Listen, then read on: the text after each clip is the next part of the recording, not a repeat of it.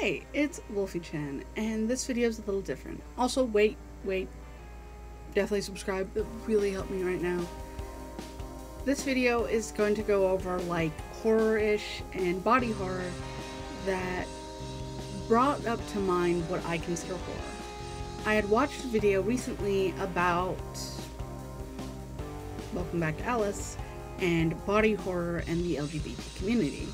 If you know anything about me, I am part of that community, and so I watched the video whole, realizing that body horror is an interesting style of horror, but it's also one of the things that makes me want to read it, and is also another thing of, well, is this the type of horror that I'm into?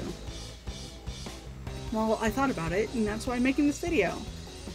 I realized that there are a lot of manga that goes over horrible things, like Gantz, like Berserk, like actual horror anime or manga, like Death Tube, and even a manga that you have to survive in this school that's chained up and there's a hot pot in the center of the room and you have to unalive people to survive, and there's just messed up people. Or like any zombie kind of flicks, like High School of the Dead or High School DxD, or anything that's slightly horrifying but also sexy. And zombies itself is played out in an interesting way that it's not horrible or horrifying to me anymore. It's not something that scares me. Yes, you can get the fact that I like Junji Ito and everything he draws as also an era of horror that I love, that you turn the page and this thing is there and it scares you. But then you have Goodnight Poon Poon, and having the scenarios that he had to go through and the life he had to deal with and the people that treated him badly and just all of this stuff, and people are like, I'm so emotional at the end of it, and I didn't feel that. It's messed up. I don't think that kid had to deal with what he should, and it's not okay. But it's not the thing that horrifies me. Like, people are not great, but he took actions on himself. No, he shouldn't have been dealt the hand that somebody did something to him, that his parents weren't great, but to be fair, I've been through those scenarios, and you don't see anybody crying about my life. Now, to be fair, if I tell you the whole story of my birth till now, yeah, you're gonna be worried about me, yeah, you're gonna be concerned, and yeah, you're gonna be like, yeah, good night, Poon Poon, I can see why that's not scary for you. But for me, horror and the chilling aspects and everything like that that I'm thinking of, that I'm interested about, that I'm wondering about, all that stuff, right. What horrifies me? What drives me to read a manga that is disturbing or not okay, but isn't physically violent and there's no blood, like bloody scenarios, people getting ripped apart, there is no knives, there is nothing like that? What horrifies me to make me uncomfortable? Let's start off with Welcome Back Alice and Yohei and Kei. The whole reason, and the other reason why I had to remake this video a couple times, is that Kei is androgynous. They don't have a gender. They are trying to be genderless, if you say, or non-binary, if you want to put it in terms. They look feminine, and they want to be part of the guys, but they're in two different worlds at once. Yohei had a friend, a male friend, growing up. They came back as someone different. And Yohei wants to be normal, wants to have a girlfriend, wants to have a normal life. And Kei is doing the one thing that makes me think of this and Boys Abyss as horror, and why it draws the line for me as not okay, but I'm gonna keep reading it because I want to see it happen.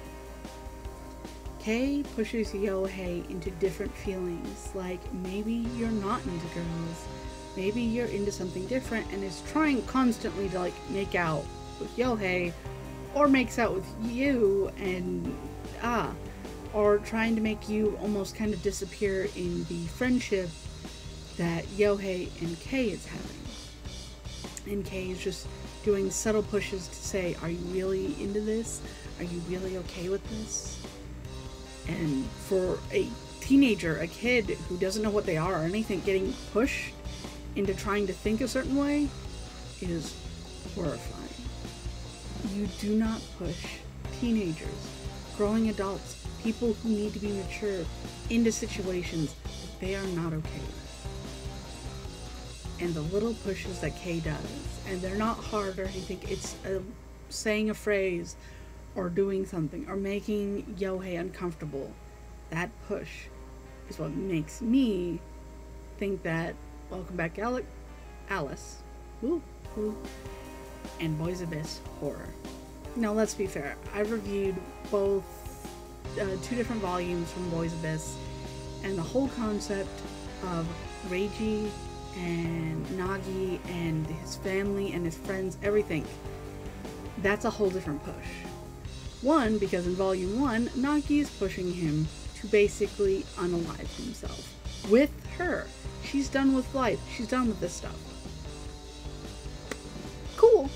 But maybe do it by yourself, or don't drag this kid who has fantasized about you, has listened to your music, who thinks you're amazing, and then you take the one thing he kept, because he has never been intimate with a lady, she took that, and then she's almost chained to him, or he's almost chained to her, and will do anything for her.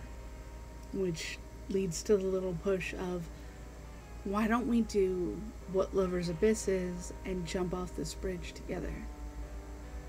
And by the end of volume 1, we don't know what happens. Volume 2, we find out that he gets saved, but then gets pushed by his teacher in the act of saving him to do other things to him. That is another push to an innocent kid who was going through a lot of stuff, and you pushed him into this scenario that you didn't give him consent for.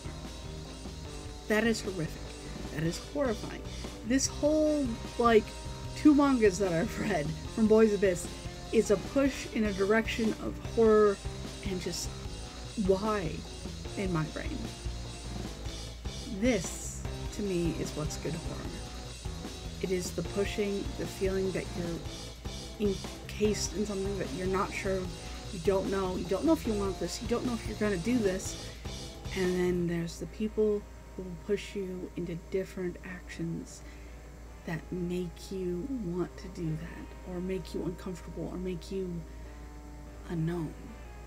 That, for me, is what real horror is. Because growing up and everything, I was never pushed to do this, that, or the other. I was always told by my dad to go do this and go do that, but I would still follow my own path, and I would not follow him. I would not follow people's opinions. I would not be pushed into situations, and that is what makes these 2 manga really uncomfortable to me. It is the push. And there is no, consent, no anything, no asking if you're okay, there's no asking if you want to do this, and none of it. And yet, our characters are going through this, whether we like it or not, which kind of not great. It's not great, let's be fair. This is not a good scenario for anybody. This is not okay. No kid, male, female, non-binary, should be dealing with this.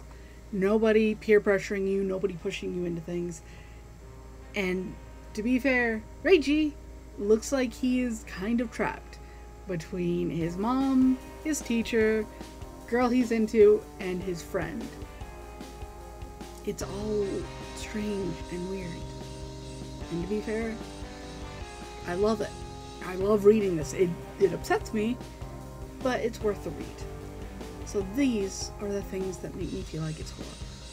This is what horror is to me. It is not scenarios that go too far that you get pushed into and you're not okay because of Girl on the Shore or anything like that, or the intimacy stuff. That being forced into intimacy, not great either.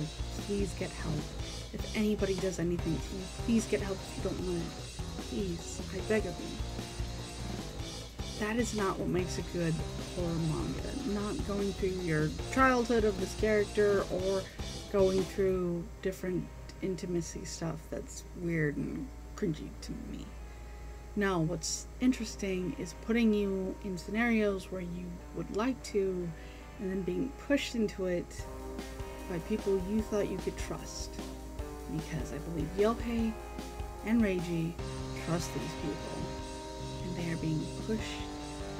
That is not okay. So, if you like this video, definitely like, leave it in the comment section below. Have you read any of these manga? What do you think? And what do you think horror is to you? And don't forget to subscribe, that big red button, for more anime, manga, something new, something old, something different. And my social medias, Twitter and Facebook, are down below. I hope you've been having a wonderful day. Wolfy-Chan out. Bye.